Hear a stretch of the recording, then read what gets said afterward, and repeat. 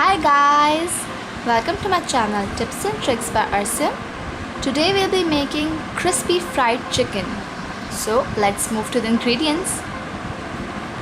We'll be needing 1 kg chicken,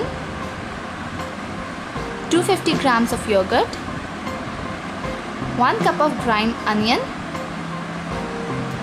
2.5 tablespoons of ground spices, garam masala, half tablespoon of chilli powder, salt to taste, all-purpose flour, ginger garlic paste, black pepper, and half cup of oil. For garnishing, we will be needing coriander. Let's get started. Take a bowl, add chicken. Now add yogurt, grind onion. Mix it well. Add ground spices, garam masala, chili powder, salt, and ginger garlic paste, and black pepper.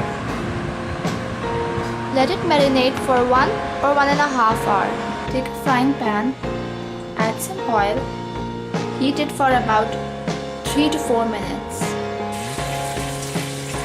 Coat it with a layer of all-purpose flour.